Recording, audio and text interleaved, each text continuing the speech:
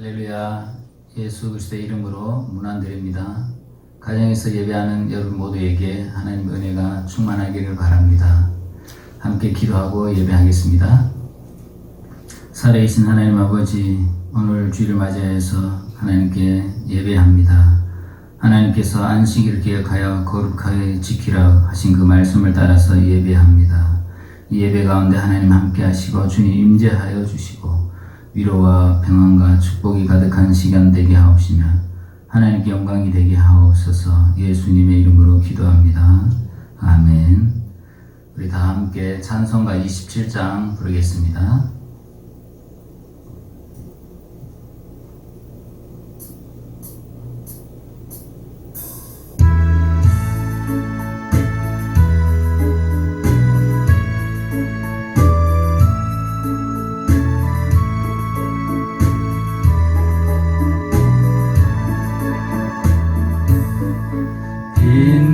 빛나고 높은 보좌와 그 위에 앉으신 주 예수 얼굴 영광이 해같이 빛나네. 해같이 빛나네. 지극히 높은 위엄과 한없는 자비를 무천사 소리 합하여 늘 찬송 드리네. 늘 찬송 드리네.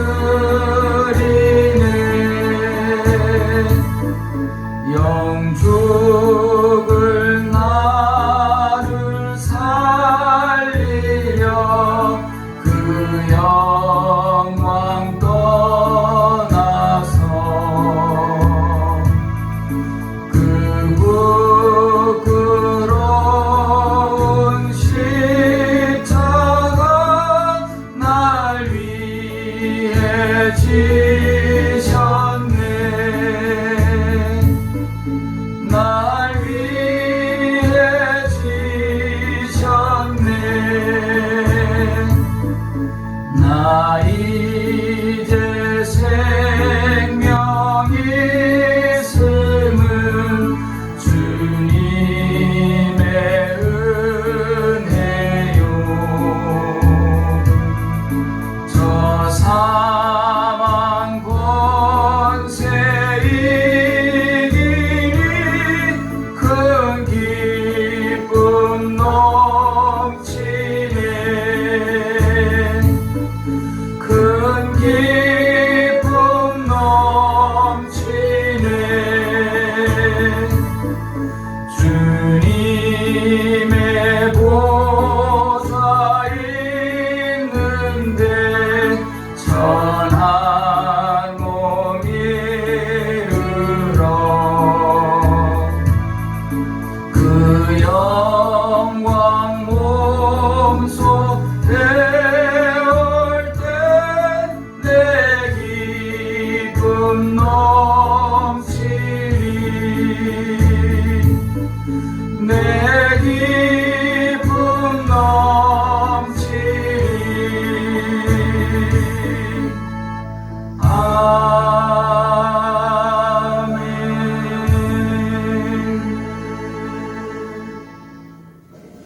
우리 교동문 교독하겠습니다. 교동문 53번입니다.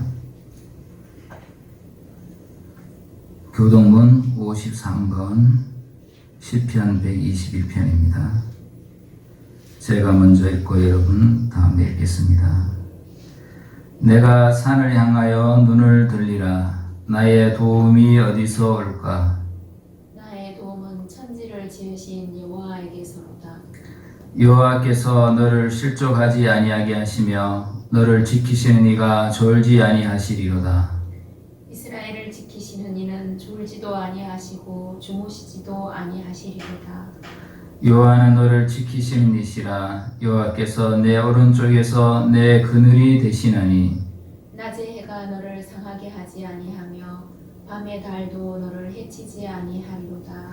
여호와께서 너를 지켜 모든 환난을 면하게 하시며 또 내 영혼을 지키시리로다. 여호와께서 너의 출입을 지금부터 영원까지 지키시리로다. 아멘. 기도하겠습니다. 살아계신 하나님, 거룩하신 하나님, 오늘 2020년 7월 19일 주일 예배를 하나님께 드릴 수 있음을 감사합니다. 코로나19로 인하여서 함께 예배하는 것이 불편하고 어려운 상황 가운데 있지만 우리는 이 시간 잊어버리지 않고 함께 예배해야 합니다. 가정에서 또 예배당에서 어느 곳에서 예배하든지 하나님께서 두세 사람이 내 이름으로 모인 곳에는 나도 그들 중에 함께 있겠다고 약속하신 약속의 말씀을 붙들고 하나님께 예배하며 모입니다. 이 가운데 주님 임재하시고 말씀하여 주시옵소서. 주님의 말씀이 우리의 생명 되시니 생명 말씀 우리에게 밝혀 주셔서 이 생명의 말씀을 마음에 받아들이고 양식이 되어서 우리의 삶 가운데 능력으로 나타나게 하옵소서. 그래서 이 힘들고 어려운 상황 가운데서 승리하는 그리스도인의 삶을 넉넉히 살 수 있게 하여 주시옵소서. 이 말씀을 통해서 연약한 자는 강하게 되게 하여 주시고 질병에 있는 자들은 치료함을 받게 하여 주시옵시고 하나님 모든 문제들이 해결되는 귀한 시간 되게 하옵소서. 어둠의 권세 사단 마귀를 쫓아주시고 하나님의 영만 가득한 시간 되게 하시고 하나님께 홀로 영광이 되는 시간 되게 하옵소서. 모든 말씀 우리 주 예수 그리스도의 이름으로 기도드립니다. 아멘. 함께 성경 말씀 보겠습니다. 요한일서 1장 1절에서 4절, 요한일서 5장 12절에서 13절 두 군데입니다. 요한복음 1장 1절에서 4절, 요한일서 5장 12절에서 13절. 먼저 요한복음 1장 1절에서 4절 말씀을 함께 봉독하겠습니다. 태초에 말씀이 계시니라. 이 말씀이 하나님과 함께 계셨으니 이 말씀은 곧 하나님이시니라. 그가 태초에 하나님과 함께 계셨고 만물이 그로 말미암아 지은 바 되었으니 지은 것이 하나도 그가 없이는 된 것이 없느니라. 그 안에 생명이 있었으니 이 생명은 사람들의 빛이라. 다음 요한일서 5장 12절에서 13절 말씀입니다. 아들이 있는 자에게는 생명이 있고 하나님의 아들이 없는 자에게는 생명이 없느니라. 내가 하나님의 아들의 이름을 믿는 너희에게 이것을 쓰는 것은 너희로 하여금 너희에게 영생이 있음을 알게 하려 함이라. 아멘. 얼마 전에 스스로 목숨을 끊은 분이 있습니다. 바로 박원순 시장이죠. 참으로 안타까운 일입니다. 목숨은 천하보다도 귀한 것인데 이 세상에 그 어떤 것보다도 귀한 것이 목숨입니다. 생명이죠. 이 생명을 우리는 귀히 여겨야 되겠습니다. 또 며칠 전에 저희 고모부께서 돌아가셨습니다. 병으로 오랫동안 질병 가운데 있다가 돌아가셨는데 그래도 주님 품에 가셨습니다. 기도하는 가운데 평안하게 돌아가셨다는 이야기를 들었습니다. 주님께 감사합니다. 우리는 다 이렇게 생명이 있기 때문에 생명이 끝나는 날이 있습니다. 또 이 세상을 떠나야 할 때가 있습니다.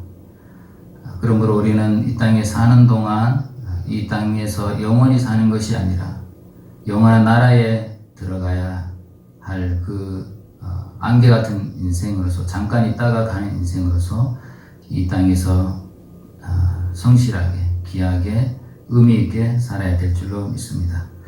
오늘 말씀의 제목은 예수 안에 있는 생명입니다. 오늘 말씀에서 읽어본 것 같이 그 안에 생명이 있었으니 이 생명은 사람들의 빛이라 했습니다. 그 안이라는 것은 예수 그리스도를 말하는 겁니다. 예수 그리스도 안에 생명이 있었으니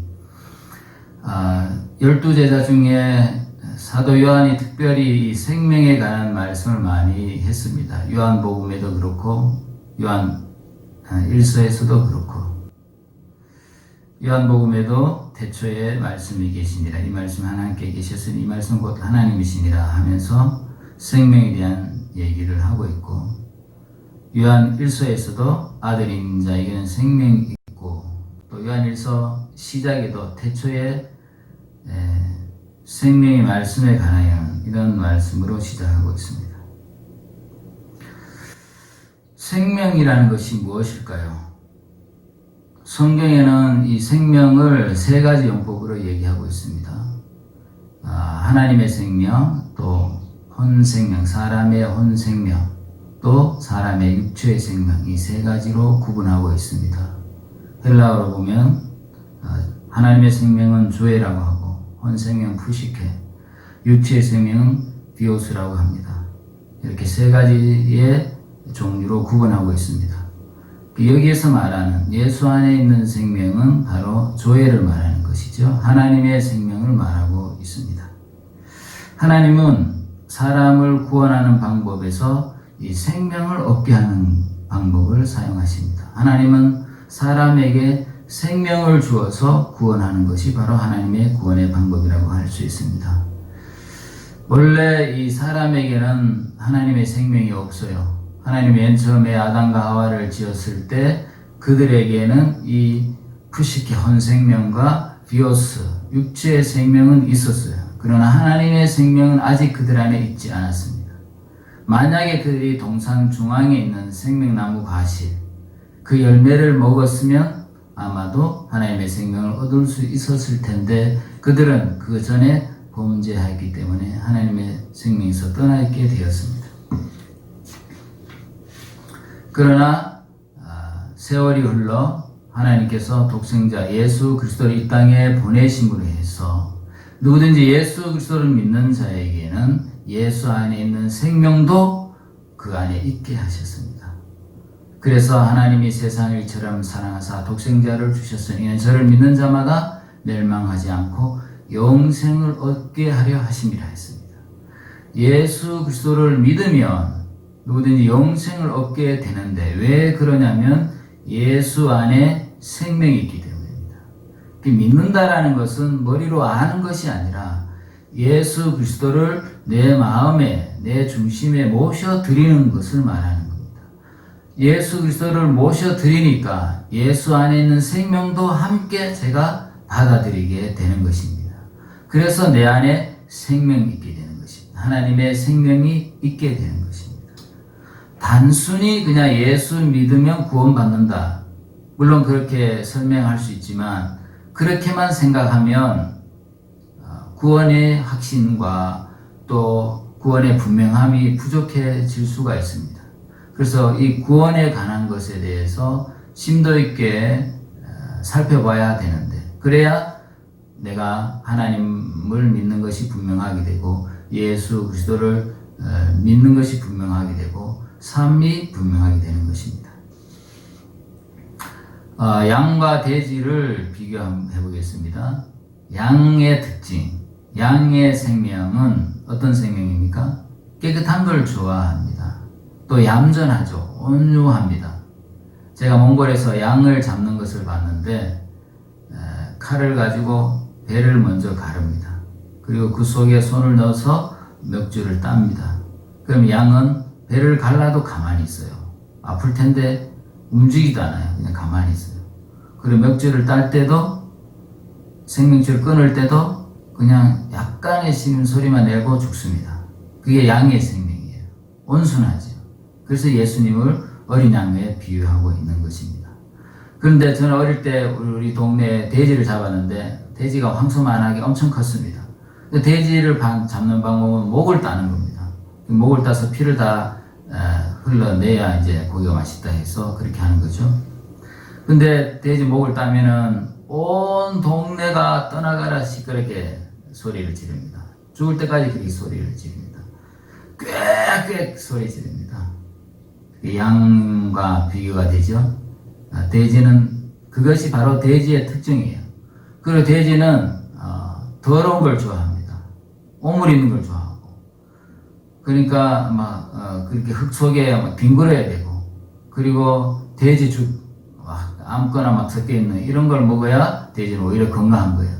근데 양은 그렇게 하면 양은 괴롭습니다. 죽습니다. 양은 깨끗한 걸 좋아해요. 이것이 생명의 차이라고 할 수 있습니다. 양의 생명과 돼지의 생명, 이 다른 거죠. 마찬가지로 하나님의 생명과 사람의 생명, 차이가 있습니다. 사람도 생명이 있지만 하나님에게도 생명이 있는데 차이가 있는 것이죠. 양과 염소가 다른 것처럼, 양과 돼지가 다른 것처럼. 그런데 하나님이 사람을 구원하는 것은 이 사람에게 하나님의 생명을 넣어서 이 사람이 하나님을 닮아가도록, 거듭나서 새로운 생명으로 살아가도록, 그것이 하나님의 구원하는 방법입니다. 밖의 율법으로, 밖의 규칙으로, 밖의 규율로 사람을 만들어가는 것이 아니라 그 안에 하나님의 생명을 넣어서 자연율로, 생명의 율로서 자연 발생과 같이 자연스럽게, 무의자연같이 이렇게 자연스럽게 닮아가게 하는 방법이 하나님의 구원의 방법인 것입니다. 그래서 기독교는 다른 종교가 다른 것이죠. 다른 종교들은 엄격한 규율들이 있습니다. 물론 기독교에도 많은 율법이 있지만 그것은 이 하나님의 생명에 의해서 이 생명이 중심이 되어서 지켜나갈 수 있는 것입니다.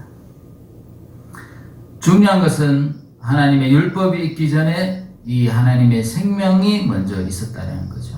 에덴 동산에 중앙에 생명나무 열매가 있었던 것처럼 하나님은 창세기 1장에서 셋째 날에 땅을 만드신 다음에 거기에 각종 과목과 채소들을 만드셨습니다.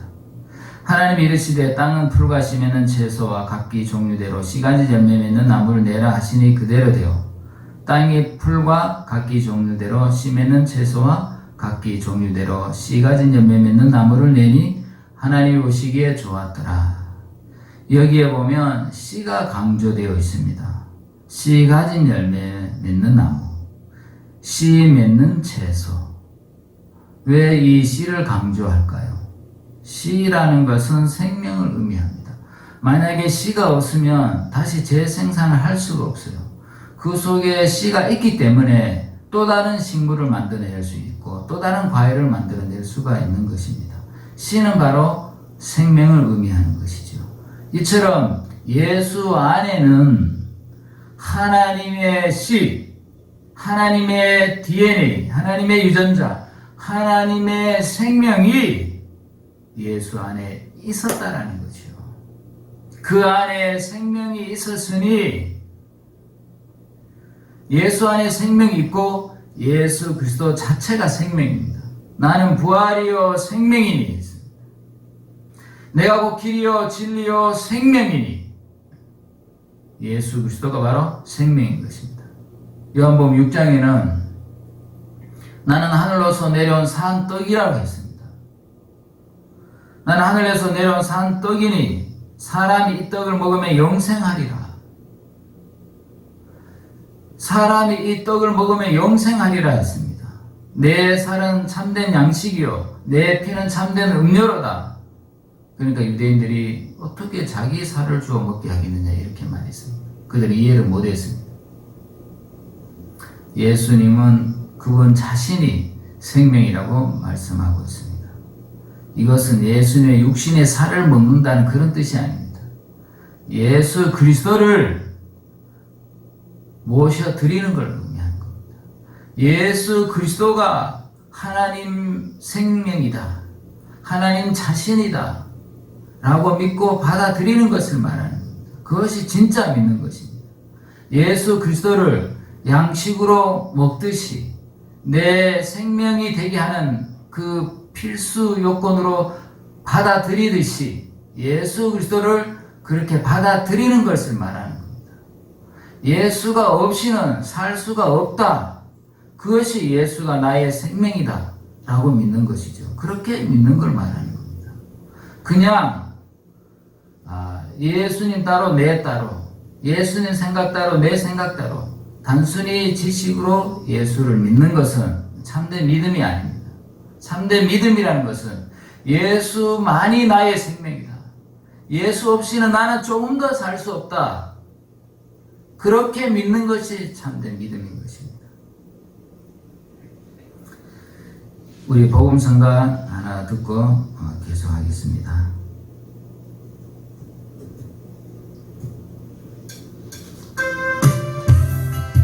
나의 입술의 모든 말과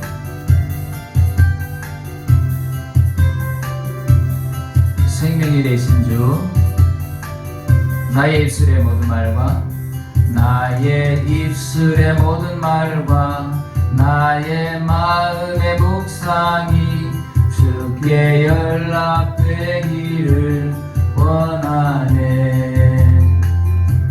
생명이 되신 주, 반석이 되신 주, 나의 입술의 모든 말과 나의 마음의 묵상이 주께 연락되기를 원하네. 네, 1절만 부르겠습니다. 예수 그리스도가 생명이 되십니다. 생명이 되시기 때문에 나의 입술의 모든 말과 묵상이 주님께 연락되는 삶을 살 수가 있는 것입니다. 아까 전에 제가 이 생명이 바로 하나님의 유전자라고 했는데 DNA가 무엇입니까? DNA는 유전자 정보를 포함하고 있는 핵산사슬입니다. DNA는 살아있는 모든 유기체 및 많은 바이러스의 유전적 정보를 담고 있는 실 모양의 핵산사슬이다라고 네이버 사전은 얘기하고 있습니다.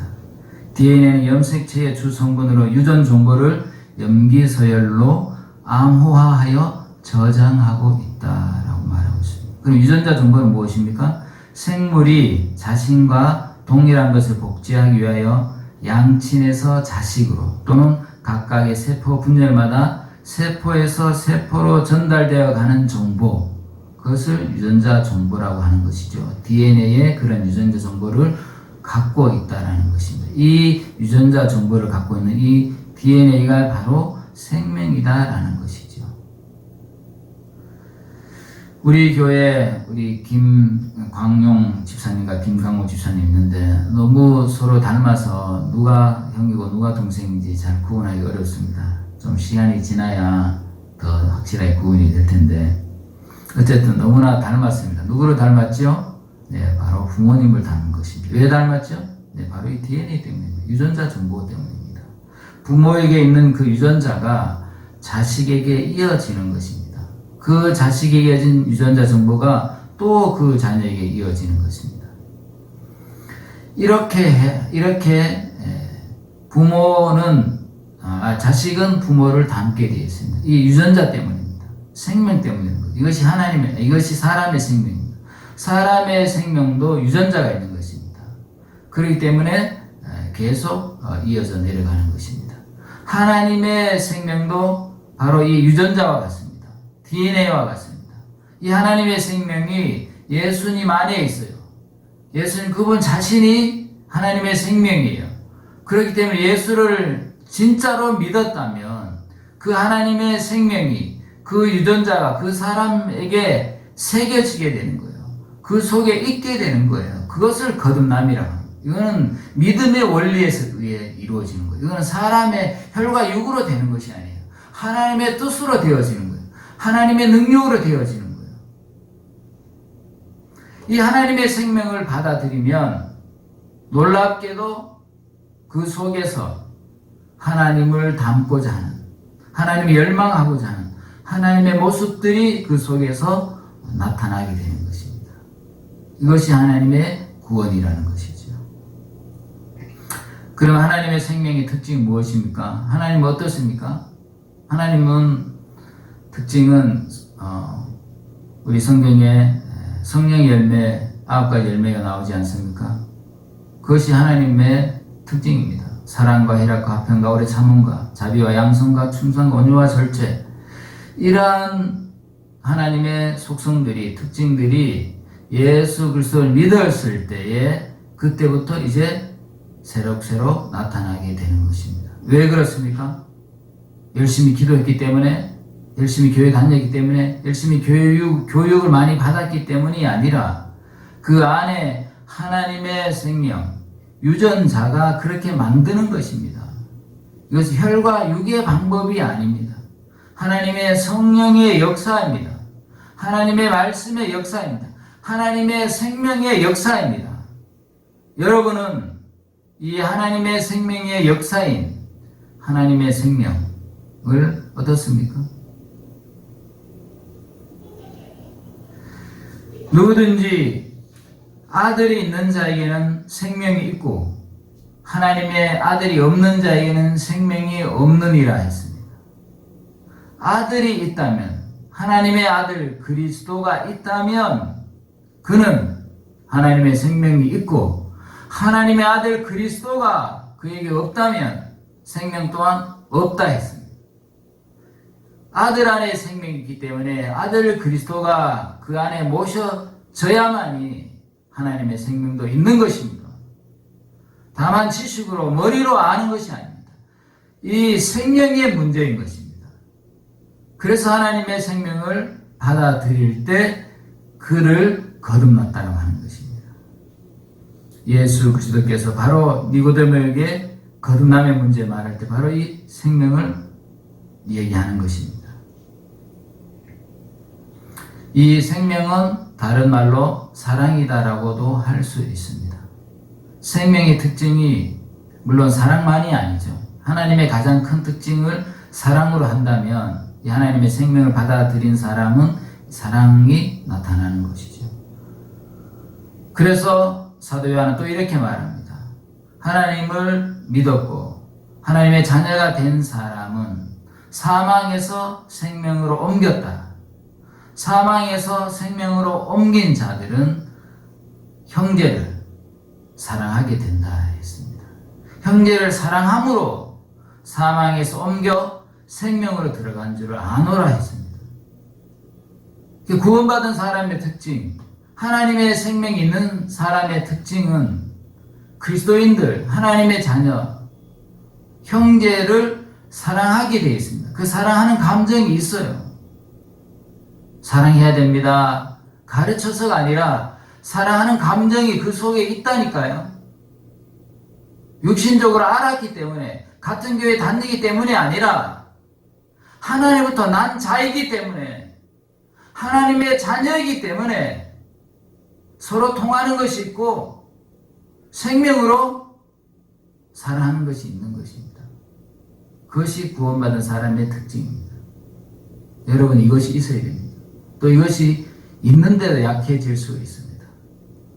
또 아예 이것이 없을 수도 있습니다. 왜? 그냥 지식으로 하나님을 아니까. 이것이 반드시 짚고 넘어가야 되고, 여러분 예수를 믿었다면, 예수를 마음에 모셨다면 나에게 하나님의 생명이 있다는 걸 믿어야 됩니다.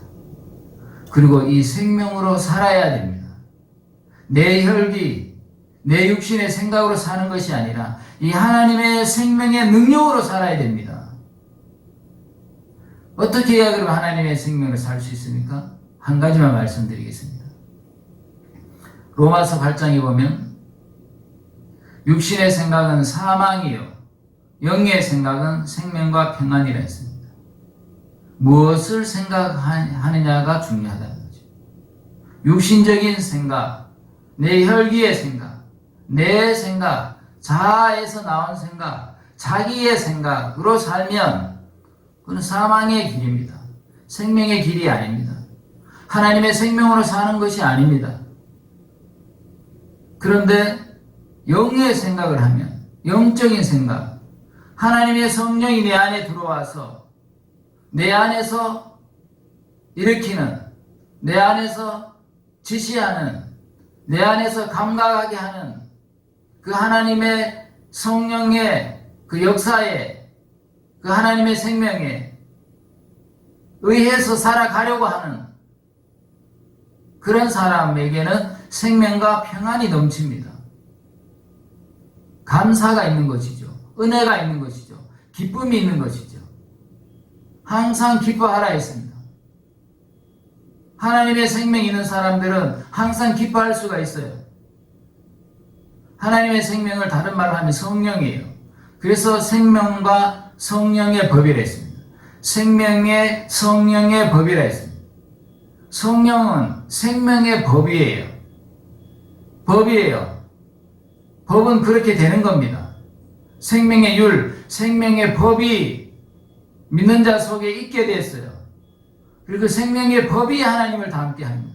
그 생명의 법이 믿음으로 살게 합니다. 그 생명의 법이 사랑으로 살게 합니다. 그 생명의 법이 용서하며 살게 되고, 그 생명의 법이 겸손하게 되고, 그 생명의 법이 온유하게 하는 것입니다. 바깥의 법이 먼저가 아니에요. 속이 바뀌어야 됩니다. 내면이 변화되어야 돼요. 거듭나야 됩니다. 그 거듭난 사람 속에, 거듭난 사람에게, 하나님의 생명을 소유한 자에게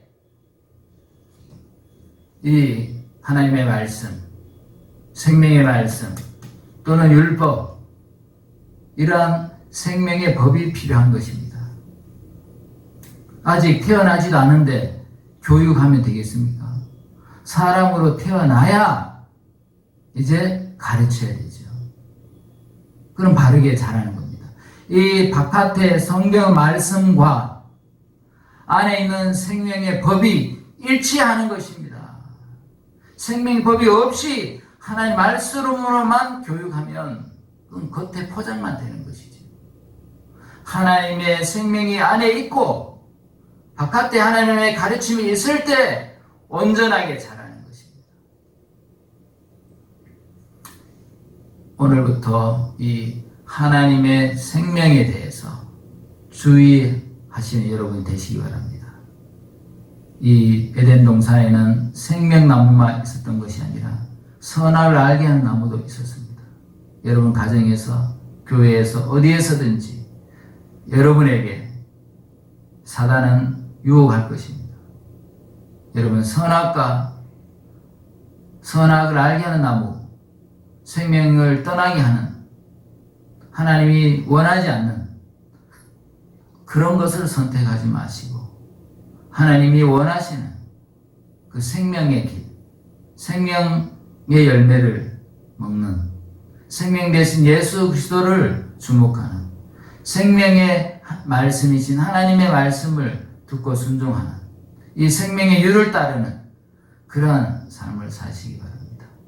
그럴 때 여러분 개인과 가정과 교회가 은혜가 충만한 그런 것을 누릴 수 있을 것이라고 믿습니다. 기도하겠습니다.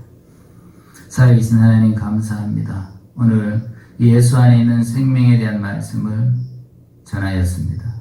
하나님 우리를 구원하시는데 바로 이 생명을, 하나님의 생명을 주시는 것이었습니다. 하나님의 아들을 이 땅에 보내신 것은 바로 우리를 멸망하지 않고 영생을 얻게 하기 위함이었습니다. 내가 온 것은 양으로 생명을 얻게 하고 더 풍성히 얻게 하기 위함이라 하였습니다. 하나님 아직 이 생명 모르는 자에게 이 생명을 허락하여 주시고, 생명을 모르는 자의 생명을 깨닫게 해주시고, 이 생명이 있는 자는 더 풍성히 누리는 삶을 살 수 있도록 도와주시옵소서. 예수님의 이름으로 기도합니다. 아멘. 우리 복음성가 내일 일은 날 몰라요 부르겠습니다.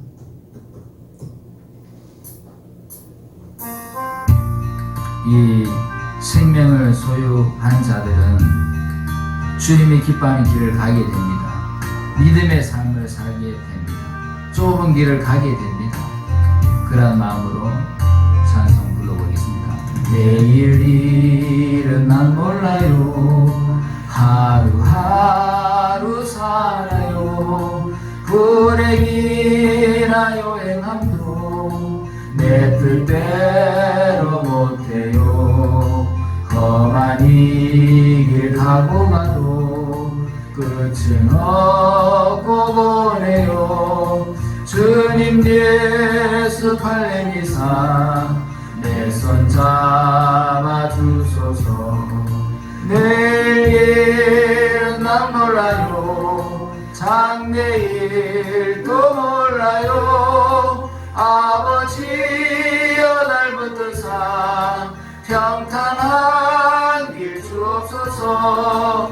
좁은 이 길 진리의 길 주님 가신 그의 길 힘이 들고 어려워도 찬송하며 갑니다. 성령이여 금성을 항상 들려주소서. 내 마음은 정해서요 변치 말게 하소서. 내일은 난 몰라요. 장래일도 몰라요. 아버지여 아버지여 주신 소명 이루소서. 여기까지만 부르겠습니다.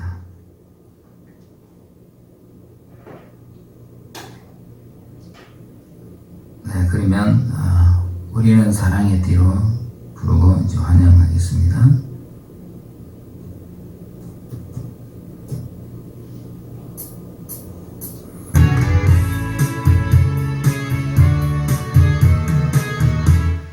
우리는 사랑의 띠로 1절만 부르겠습니다. 우리는 사랑의 띠로 하나가 되었습니다. 하나님을 사랑하고 예수님의 사랑을 널리 전하세. 모두 찬양하며 주의 사랑을 전하세. 모두 함께 예수님의 사랑을 세상에 널리 전하세. 제가 축도함으로 예배 마치겠습니다. 지금은 하나님의 사랑과 주 예수 그리스도의 은혜와 성령의 내주하심과 교통하심이 예수 안에 있는 생명의 말씀을 듣고 이 생명을 기억이고 생명으로 살아가고자 하는 모든 심령을 위해 지금부터 영원히 함께할지어다.